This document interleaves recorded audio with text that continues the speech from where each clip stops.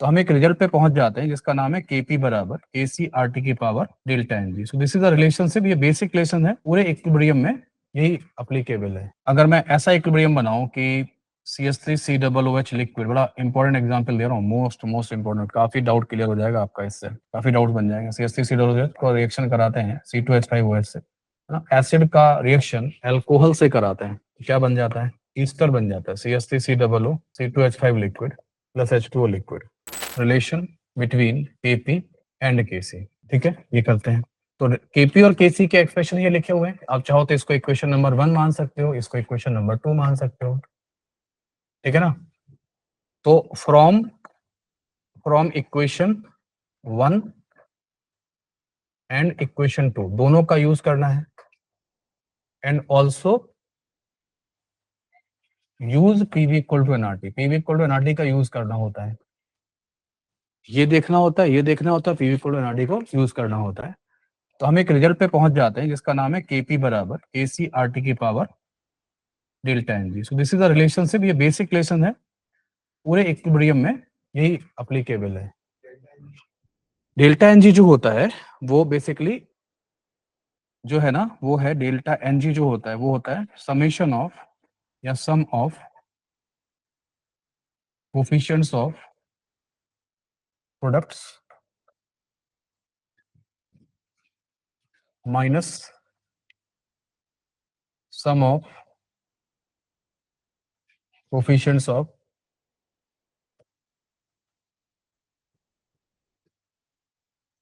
Reactants, sum of coefficient of product minus sum of coefficient of reactant. ठीक है,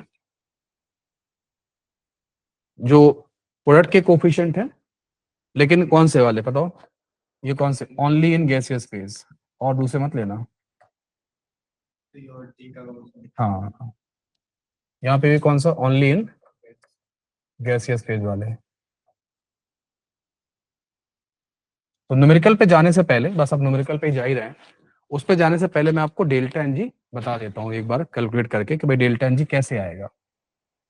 तो delta Ng के point of view से हमारा पूरा इक्विलिब्रियम 3 पार्ट में बांटा जाता है, एक में डेल्टा Ng 0 होता है, डेल्टा Ng ग्रेटर देन 0 होता है, लेस देन 0 होता है।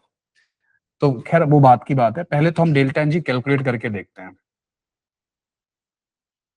तो जैसे आपसे कहा जाए कि भाई H2 गैसियस है, ये पहला एग्जाम्पल है, यहाँ पे बड़ा अच्छा कंसेप्ट बनेगा आपके माइंड में। तो 2HI गैसियस है, डेल्टा Ng बताएंगे कितना बनेगा, क्या लिखा है पढ़ो formula, sum of coefficient of product only in gaseous phase. तो प्रोडक्ट में कौन है, HI है, उसका कोफिशिएंट कौन है, 2, तो 2 लिख दो, minus sum of coefficient of reactant only in, तो गैसियस फेज में ही है दोनों, इनका कोफिशिएंट ले लो, क्या आएगा 1 + 1, क्या आ जाएगा बोलो, नहीं ये 2 0 हो जाएगा, टोटल 0 हो जाएगा। ठीक है, चलिए गुड। अगर ऐसा लिखा होता C solid CO2 gas that will give you 2 CO gas, तब क्या करते, तो सॉलिड का नहीं लेते, तो सॉलिड का नहीं लेना है कोफिशिएंट। तो प्रोडक्ट का कोफिशिएंट कितना है डेल्टा Ng बोलो, 2, गैसियस का कोफिशिएंट इसका कितना 1, इसका कार्बन का मत लेना, तो आंसर कितना आएगा 1। ऑनलाइन वालों को समझ में आ रहा है बोलो, ना इस तरीके से लेना है। तीसरा एग्जांपल है, जैसे कि मान लो ऐसा हुआ N2 gaseous 3H2 gaseous giving you 2NH3 gaseous, तो डेल्टा Ng क्या आएगा, 2 - 1 + 3, तो माइनस भी हो सकता है, ऐसा कुछ भी नहीं कि माइनस नहीं हो सकता, प्लस भी हो सकता है, माइनस सब हो सकता है, 0 भी हो सकता है। ठीक है, वेरी गुड, है ना। चलो अच्छा, एक क्वेश्चन और करते हैं कि बेसिकली इसमें अगर मैं ऐसा इक्विलिब्रियम बनाऊं कि CH3COOH लिक्विड, बड़ा इंपॉर्टेंट एग्जांपल दे रहा हूँ, मोस्ट इंपॉर्टेंट, काफी डाउट क्लियर हो जाएगा आपका इससे, काफी डाउट बन जाएगा। CH3COOH को रिएक्शन कराते हैं C2H5OH से, है ना, एसिड का रिएक्शन अल्कोहल से कराते हैं, तो क्या बन जाता है, ईस्टर बन जाता है, CH3COO C2H5 liquid plus H2O liquid. क्या इसका डेल्टा Ng बताएंगे कितना होगा,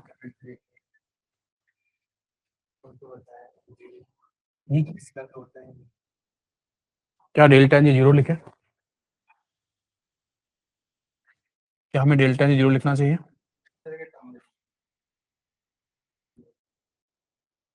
अगर आप ये कहते हैं कि डेल्टा एन जी जीरो है, यहाँ भी एक बार डेल्टा एन जी जीरो हुआ था ना, ये वाला जीरो सेम है क्या? जैसे यहाँ पे जीरो हुआ है वैसे यहाँ पे जीरो हो रहा है क्या? हम्म?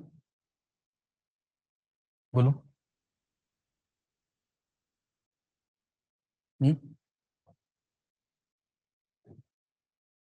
बेसिकली ये इक्विलिब्रियम है, लेकिन क्या होता है कि इक्विलिब्रियम जो तो है, लेकिन एक्चुअली इक्विलिब्रियम लिखने में समस्या नहीं है, लेकिन डेल्टा एन जी लिखने में समस्या। डेल्टा एन जी तभी लिखा जाता है या डेल्टा एन जी तभी लिखा जाएगा जब आपका PV equal to NRT valid होता है, अदरवाइज नहीं लिखा जाता है। ठीक है, डेल्टा, हाँ डेल्टा एन जी यहाँ पे क्या होगा, यहाँ पे नॉट डिफाइंड है एक्चुअली। रियलिटी ये है कि ये जो फोर्थ एग्जाम्पल है, इस फोर्थ एग्जाम्पल में केपी बराबर के सी आर टी की पावर डेल्टा एन जी जैसी इक्वेशन वैलिड ही नहीं है, क्योंकि ये बन के कब आती है, जब आप क्या करते हो, इक्वेशन वन यूज करते हो, इक्वेशन टू यूज करते हो और पीवी कोऑर्डिनेट यूज करते हो, तब जाके बन के आती है। अदरवाइज ये बनेगा नहीं। तो एक्चुअली क्या है कि यहाँ पर delta L G not defined है, और यहाँ पर जो है ना के पी इक्वल्स टू के सी आर टी की पावर डेल्टा एन जी क्या लिखोगे, नॉट वैलिड है, आप नहीं लगा सकते।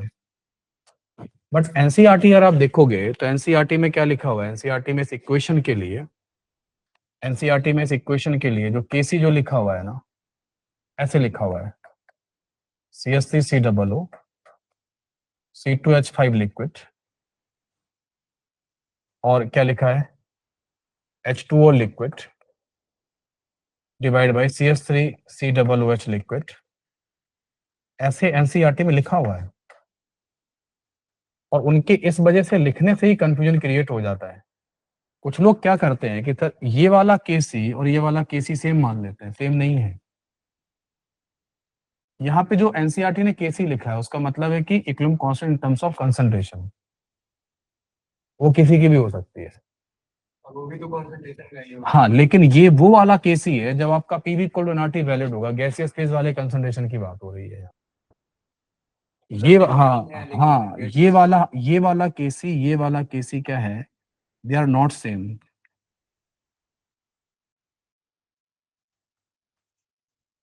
लिक्विड के लिए डिफाइन कर, बस सिंबल सेम है, केवल सिंबल सेम है। पीवी इक्वल टू एनआरटी अगर वैलिड नहीं है ना, तो KP equal to KC RT पर डेल्टा एनजी वैलिड नहीं है। तुम्हारा जो क्वेश्चन है, पहले उस क्वेश्चन में देखो PV equal to NRT valid है या नहीं है। अगर वैलिड है तो फिर आप ये क्वेश्चन पे जाओगे, अदरवाइज ये नहीं, ना तो केपी वैलिड है ना केसी वैलिड, इक्वेशन नहीं वैलिड है। हाँ, लेकिन आप इक्विलिब्रियम कांस्टेंट लिख सकते हो। ये मतलब साइंस ये कहती है कि इक्विलिब्रियम कांस्टेंट लिखने में कोई समस्या नहीं है, आप इक्विलिब्रियम कांस्टेंट लिखो, वो दिक्कत नहीं है साइंस को, वो कैसे भी लिख सकते हो, लेकिन आपको उसमें मत पुट करो। आ रहा है समझ में? आ गया समझ में, है ना? ठीक है, तो इसका मतलब ये हुआ कि आप, अब आप क्या करोगे जब आप क्वेश्चन पढ़ोगे, तो क्या करोगे मैं बताता हूँ। अब हम लोग आते हैं न्यूमेरिकल पे। न्यूमेरिकल कैसे अटेम्प्ट करना है, जब न्यूमेरिकल अटेम्प्ट करोगे ना, जब आप न्यूमेरिकल पढ़ोगे, तो न्यूमेरिकल पढ़ने से पहले अपने आप से एक क्वेश्चन पूछो, क्वेश्चन नंबर 1। क्या क्वेश्चन पूछोगे कि मेरे इस क्वेश्चन में PV equal to NRT valid है या नहीं वैलिड है। ये क्वेश्चन पहले पूछो, ये क्वेश्चन मार्क लगा रहा हूं, ये क्वेश्चन पहले आप पूछो। अगर आपका आंसर यस आता है, अगर इसका आंसर नंबर 1, इसका आंसर अगर यस आता है,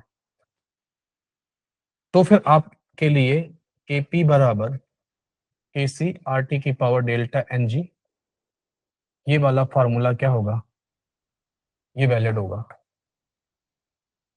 फॉर्मूला लगाएंगे तो निकालना, केपी जो आपने ये डिफाइन किया था, केपी जो आपने ये डिफाइन किया था, ये डिफाइन किया था, ये लगा सकते हो। केसी जो डिफाइन किया था, ऐसे कर सकते हो, ये सब कर सकते हो, कोई इस पे काम होगा, अदरवाइज आप नहीं कर सकते। ठीक है, अब ऐसा भी हो सकता है कि इसका यस की जगह आंसर मान लो, अब इसका आंसर मान लो, इस क्वेश्चन का आंसर यस की जगह पर, यस की जगह पे इसका आंसर नो आता है, तब